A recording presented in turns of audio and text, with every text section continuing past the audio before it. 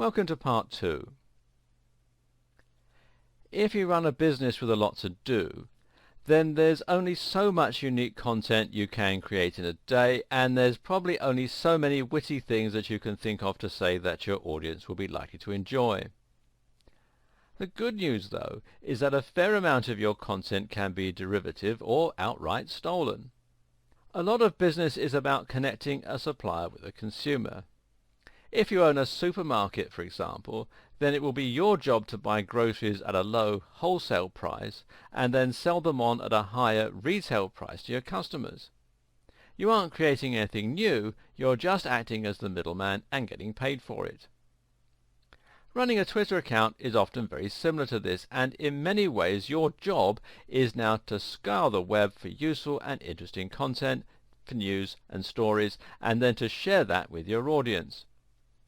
It might feel a bit odd that you're essentially profiting from somebody else's hard work, but think of it instead as finding an audience for something that someone else has created, while at the same time curating content for a market that you know will love it. That's a great service you're providing. And it just so happens that this process is also a great way for you to keep your Twitter account active with great new content, and it involves barely any work on your part. So make sure that you're continuously reading up on topics relating to your business. This means you should be reading other blogs, following other Twitter users, and reading magazines. Now when you find a news item that you think your audience will genuinely enjoy, you should share it with them. Make sure you don't keep sharing from the same place, and try to find things they probably wouldn't have been able to find on their own. If your blog is about fitness, then perhaps you might share the results of a new study looking at a surprising new training method. If you run a B2B business, then perhaps you might share the results of a recent survey on types of business. Note, though, that when you do share new content, you should always add your own comment on the matter if possible. This way, you personalize that link, and if it gets shared even more, then people will be introduced to your brand and to your ethos, rather than simply ignoring who shared it altogether. So, if you found a study on a new muscle-building supplement, your comment might be, "This could certainly help me to lose my spare tire if it works on humans." And you have the URL, and hashtag supplements, hashtag fitness, hashtag fat burning. Or, "Let's see how many con artists jump on this dubious study." And again the URL, hashtag snake oil, hashtag research, hashtag fitness industry. Either way, you're now not only sharing something that your audience will be interested in, but you're also doing it in a way that introduces people to your point of view and beliefs. Do note, though, that the posts I just mentioned aren't terribly clickable. If you want more people to take notice of your link and follow it, then you may need to sell the value proposition a little. For example, "It's early days, but the results of this study on mitochondrial function could completely change my pre-workout stack." The URL, and then hashtag excited, hashtag mitochondria, hashtag fat burning.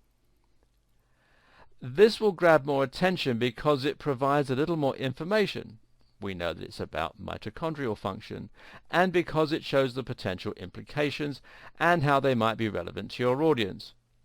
Doing this is important because it will make your feed look more interesting, and it will increase engagement with your content so that more people actually read it and come away with a positive experience. Don't go overboard with hyperbole, though. If people think you're all hype and no substance, they'll quickly stop caring what you have to say. Just a note, but when you share a link on Twitter, you should shorten it, giving you more space to add your thoughts. You can use the website bit.ly to do this for you, and you'll find out more about it at bit.ly.com. Obviously, the very easiest way to share content on Twitter, though, is just to hit retweet.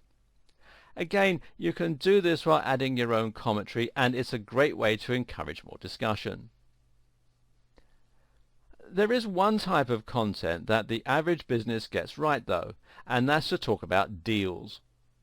This is something that surveys suggest followers do like to hear because, of course, it provides them with value in the money that they can save. This is also a great way to reward your visitors for following you and to make them feel special. If you have a product or service then, make sure you occasionally offer promotions to your Twitter followers, and this is also a good way to get retweets if your followers know others who might benefit from what you sell. Giveaways are even better. If you can give away a free ebook, a free drink, or something else for nothing, then it's bound to grab some attention and will win some goodwill. We'll be coming back to this in a subsequent video. All this advice should help you to start adding real value to your Twitter account, which will make a massive difference to the way you're seen by your followers and ultimately to how many people choose to start following you. This is far preferable to talking entirely about your products and services without actually offering anything in return. Unfortunately though, some businesses are going to be resistant to this idea. This is a problem that many social media marketing agencies will face. They approach a company like our imaginary EPOS business and present them with a strategy. The problem is, the EPOS company thinks it's unprofessional to talk about business as a whole or subjects they feel are off topic. They don't want to showcase other companies by retweeting or sharing links, and they certainly don't want to be seen as having an opinion. Don't be that company. Playing it safe is actually the surest way to appear out of touch, uninteresting and uninspired. It might feel a little risky at first to appear conversational or to discuss a wider range of topics, but that's precisely what will make you interesting. What's key is simply that your business has a clear identity and mission statement. As long as you adhere to that at all times, being a bit more adventurous with your content will pay off. If you do choose to use an agency for your digital and social media marketing, make sure they're thinking along these lines.